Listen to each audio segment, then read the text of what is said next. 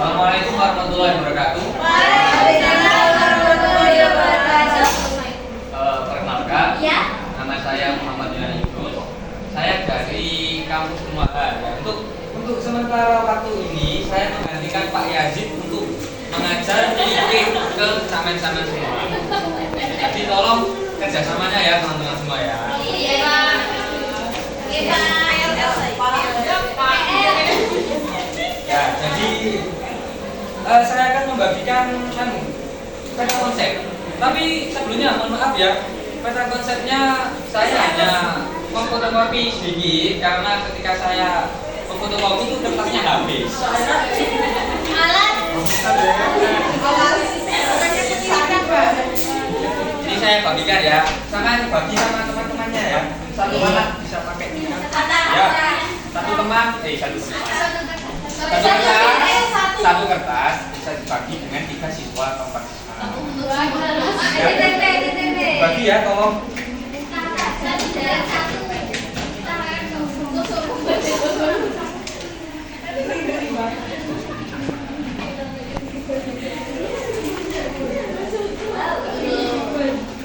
Baik, sebelum pelajaran kita dimulai, alangkah baiknya kita membaca Suratul Fatihah agar pembelajaran kita pada pagi hari ini diberi kelancaran oleh Allah SWT. Amin. Al-Fatihah.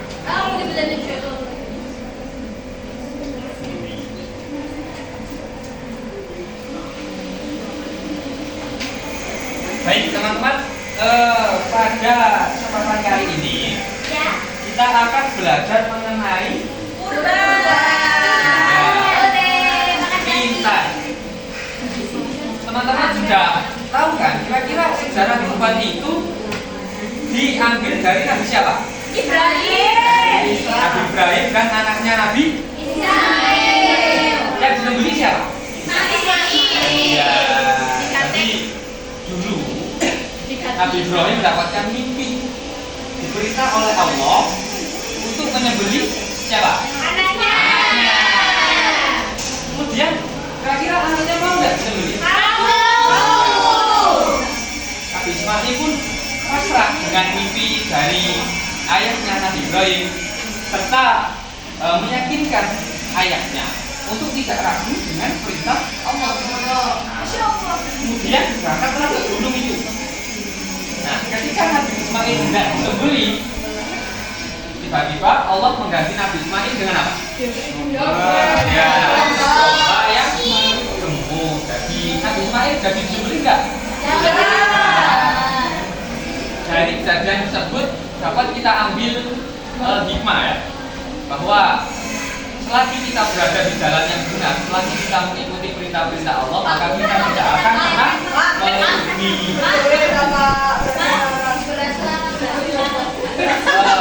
pelajaran kita itu jelek tapi masuk ke materi gitu loh.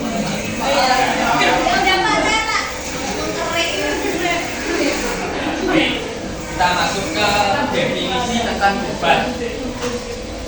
Dalam istilah fikih, kurban itu udhiyah dan bentuk gambarnya al-udhi, yang berarti kambing yang disembelih pada waktu pagi. Soalnya apa? Biasanya jadi disingkat sampai enggak, masih ya di LKS itu, di LKS tulisannya begitu. Saya menjelaskan apa yang ada di LKS-nya ya. Kemudian sedangkan menurut istilah, kurban adalah hewan yang disembelih pada hari raya Idul Adha dengan tujuan untuk mendekatkan diri kepada Allah. Apabila sangat berkurban, terus tujuannya agar dilihat orang itu seperti orang kaya, pamer, sombong, boleh nggak? Bukannya mendapat pahala, malah mendapat dosa. Iya, sama dapat daging enak. Yang menyembelih nggak dapat apa-apa, malah dapat dosa.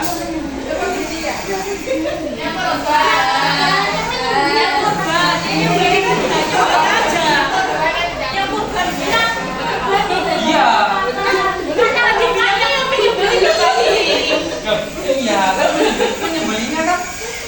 lihat orang. Pamer. Gimana? Tadi bilangnya yang satu pahalanya yang beli. Oh, yang berkurban.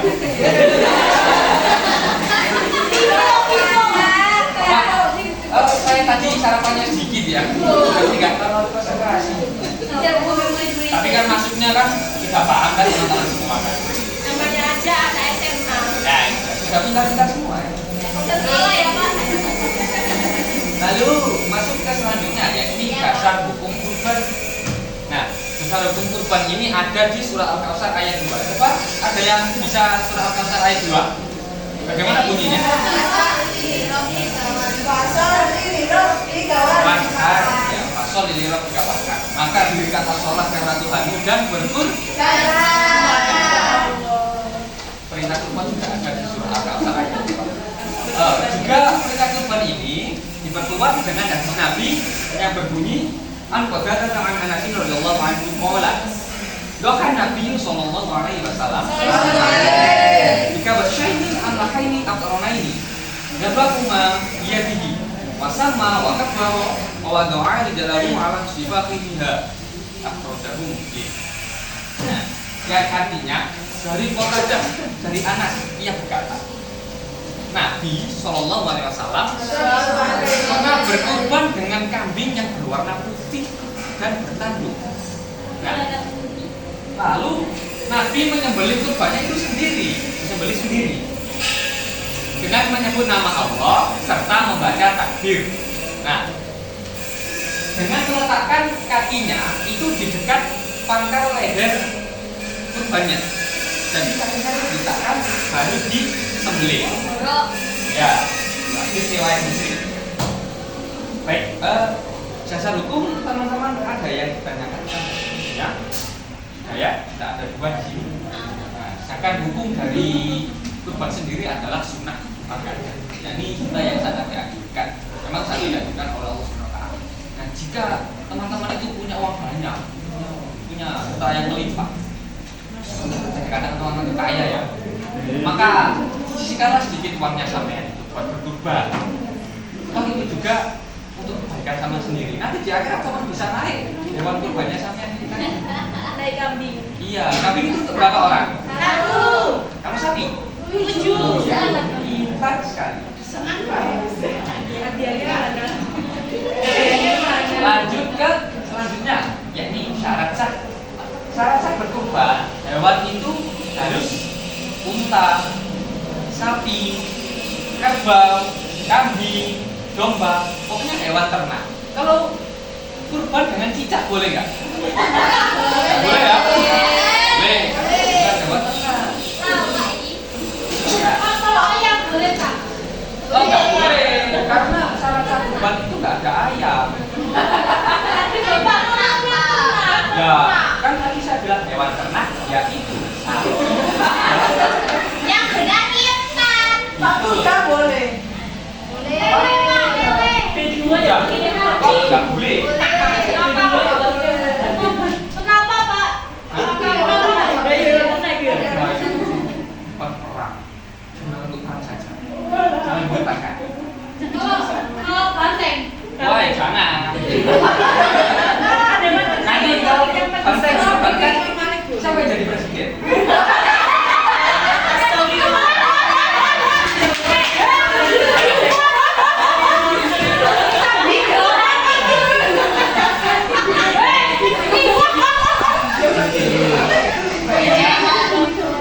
Lanjut.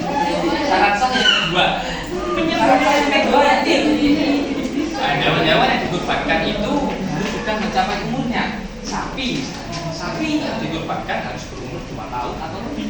Kemudian unta itu 5 tahun. Kemudian yang terakhir domba atau kambing itu berumur 1 tahun. Nah, tentang umur yang sudah ditentukan ini diperkuat dengan hadis Nabi, dengan sabda Rasulullah yang berbunyi Jabirin qala Rasulullah sallallahu alaihi wasallam la tadbahu illa muslimatan illa ayyafur alaikum wa tadbahu jaza'atan min dhabni, yang artinya dari Jabir dia berkata Rasulullah Shallallahu Alaihi Wasallam bersabda, jangan kamu sembelih hewan untuk berkurban. Ya, jangan menyembelih hewan untuk berkurban, melainkan hewan itu sudah musnah. Jika itu sulit ditemukan, maka sembelihlah yang jantan. Musnah di sini itu apa? Musnah ini adalah hewan ternak yang sudah berumur 2 tahun atau lebih. Hewan apa tadi sudah berumur 2 tahun atau lebih boleh dikurbankan? Sapi. Kalau kita tadi berapa tahun? 5. Oke. Jika musnah itu gak ada, waduh gak ada musnah. Hewan kurban itu orang kambing. Nah, kambing itu termasuk jaza'ah. Dan jaza'ah itu adalah kambing atau domba yang berumur 1 tahun. Jika tidak ada musnah, maka sama boleh kurban jaza'ah. Jadi kambing yang berumur 1 tahun. Oke, syarat saya yang ketiga, hewan kurbannya itu tidak boleh cacat. Kupingnya tidak boleh hilang 1, kakinya tidak boleh hilang 2. Ya pokoknya nggak boleh cacat. Matanya cumplung, nggak boleh.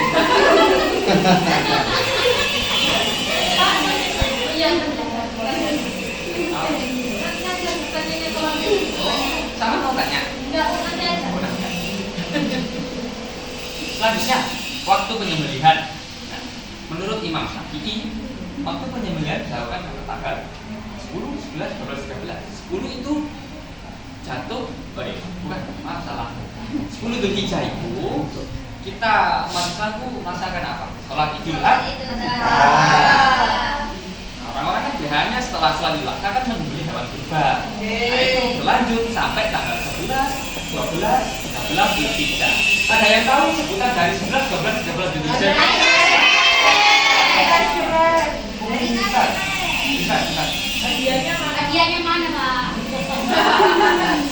Sama kan dikasih uang saku sama orang tuanya sama ya. Kan bisa buat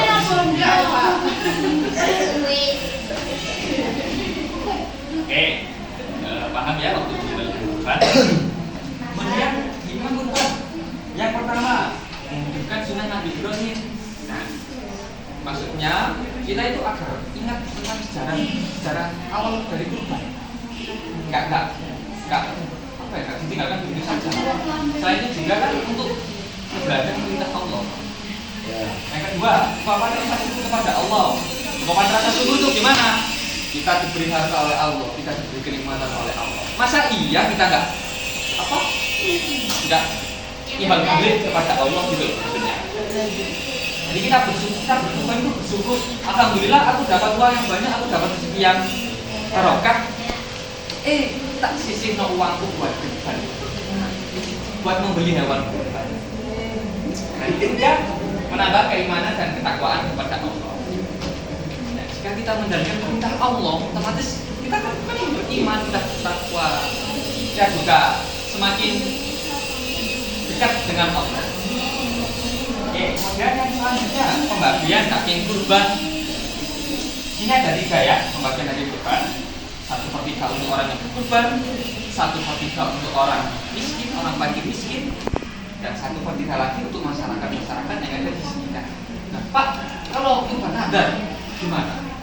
Kurban nadar itu, misalnya, Mbak ini siapa namanya Mbak ini? Mbak Ata ya? Mbak Ata janji gini, nadar gini. Kok nek aku nening siji? Aku tak kurban sapi. Masya Allah. Wow, ternyata ranking 1 ini menang.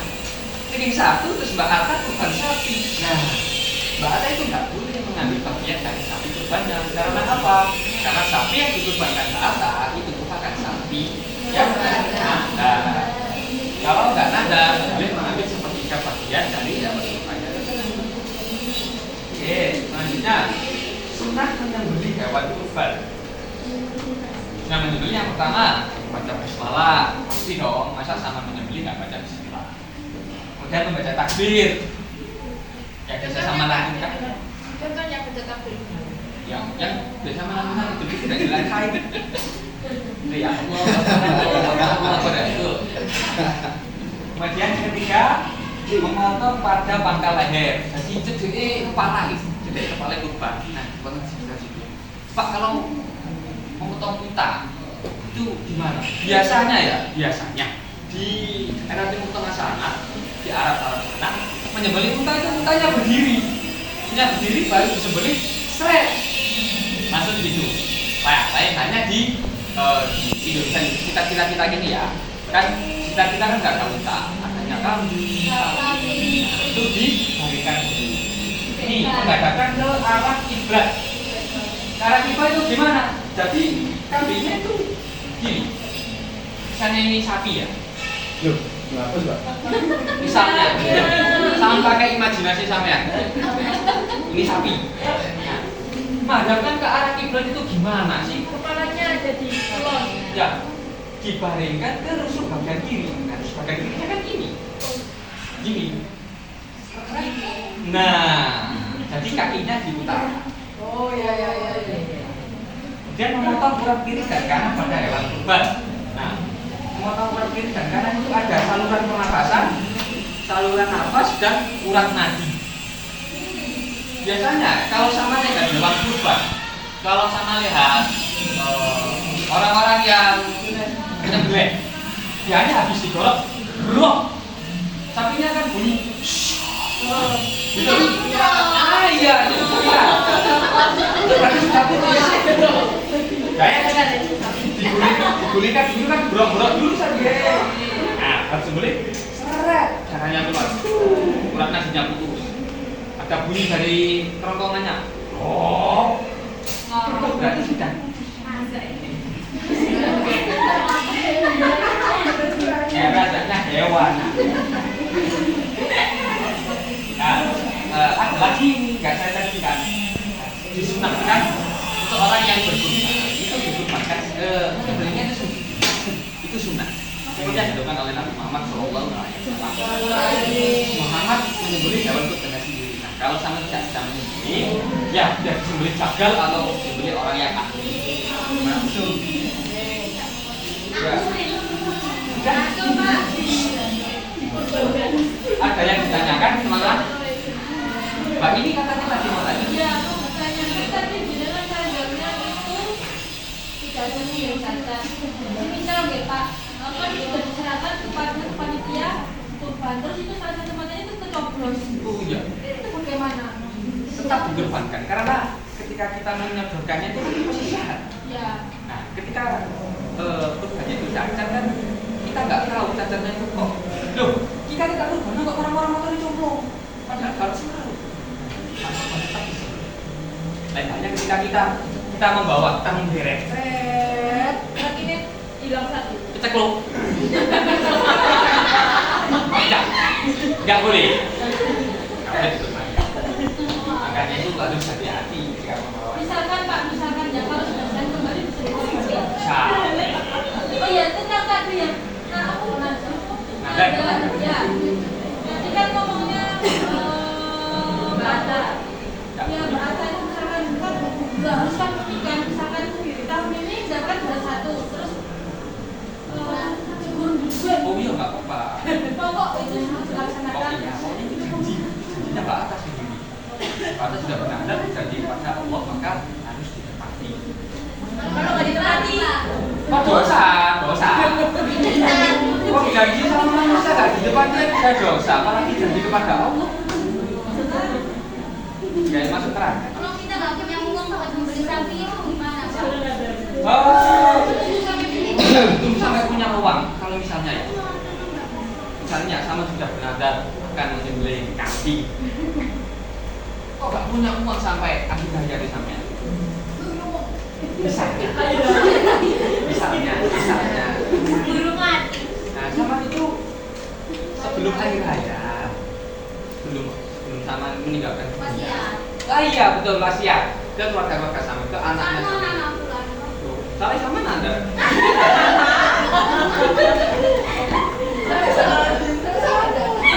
Dok, Pak, ibu duwe nadar. Biar ibu nadar ini oleh bapakmu. Asik. Ibu kurban kambing. Lah kok sampai saya ini ibu gak duwe le. Loh. Jadi tolong nggih. Sampeyan bantu ibu buat melaksanakan nadar ibu. Jadi bapak ada ibu. Oh iya, Bapak bapaknya kayak Kak. Bapaknya ya optimis, bapaknya mana? Ada lagi teman-teman? Ya Pak, saya Pak. Iya.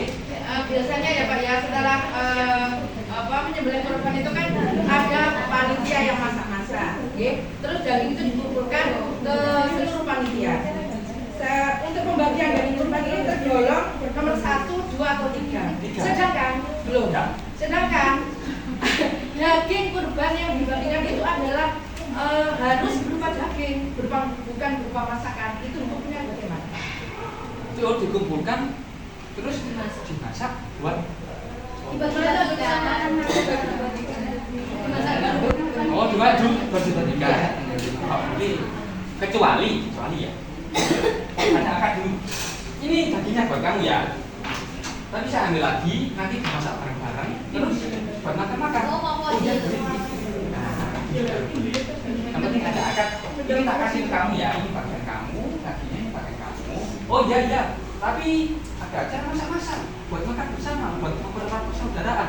Oh iya, nggak apa-apa, masak aja. Nah, Kalau yang daging itu udah tinggal ikhlas dulu dikasih sekarang apa-apa. Nggak ikhlas yang Si bilang sama ini mati. Sama itu kan sudah diberikan aja lah. Ya, ada lagi teman-teman. ini banyak terjadi loh Pak, banyak terjadi di masyarakat loh, sesudah menyembelih itu, terus daging itu dimasak untuk dimakan seluruh panitia. Seluruh panitia. Iya. Iya, nggak apa-apa asal panitianya tahu misalnya. itu Wah, aku disebut aku harus dikai daging kurban. ngarep. Soalnya aku panitia. Oh iya, dikai kan dikai. Yang penting aku setelah itu aku nerimo dan dikai ya misalnya dikasih. Nggak apa-apa. Dari ngomong itu aku tadi dikai. Bener loh. Tak buat, tak kono aja dimasak terus dipangan. Enak kalau masak. Iya. Yang penting kan sudah ada akadnya kayak tadi loh. Ini kakinya dari kamu ya. Tapi ada masak-masak. Tak ambil lagi, dimasak. Kamu ikhlas enggak? Ikhlas. Kalau nggak ikhlas nggak ikhlas sih. Kalau nggak ikhlas ya kayak noai. Nek saling Ya, cek giginya harus lilitan.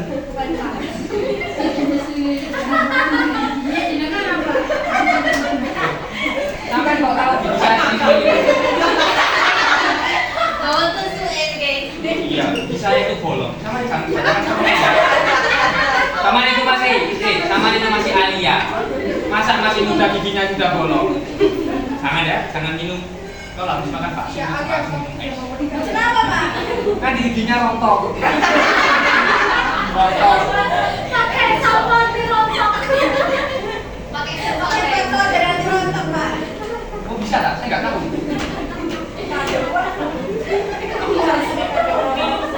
Baik teman-teman, ada lagi nggak?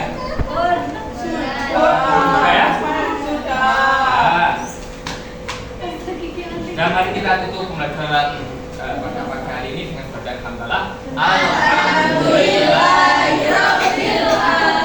Oh iya, untuk pertemuan selanjutnya dipersiapkan ya. Pak Yasin atau jenengan Pak minggu depan. Pertanyaan dari saya. Sudah aja. Pinggir Pak Yasin sampai Pak Yasin dapat Oh, Pak Yasin itu katanya masih sibuk. Haji. Amin. Ya, katanya mau berangkat haji Pak Yasin. Jadi kemungkinan ya beberapa bulan ke depan atau beberapa minggu depan itu yang gantiin Pak Yasin itu saya. Pak Yuyun. Pak Yasin. Ya. Kalau sama memanggil siapa Kak? Lalu untuk minggu depan disiapkan itu ya, bab tentang akikoh.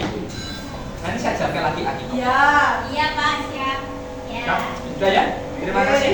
Wassalamualaikum warahmatullahi wabarakatuh.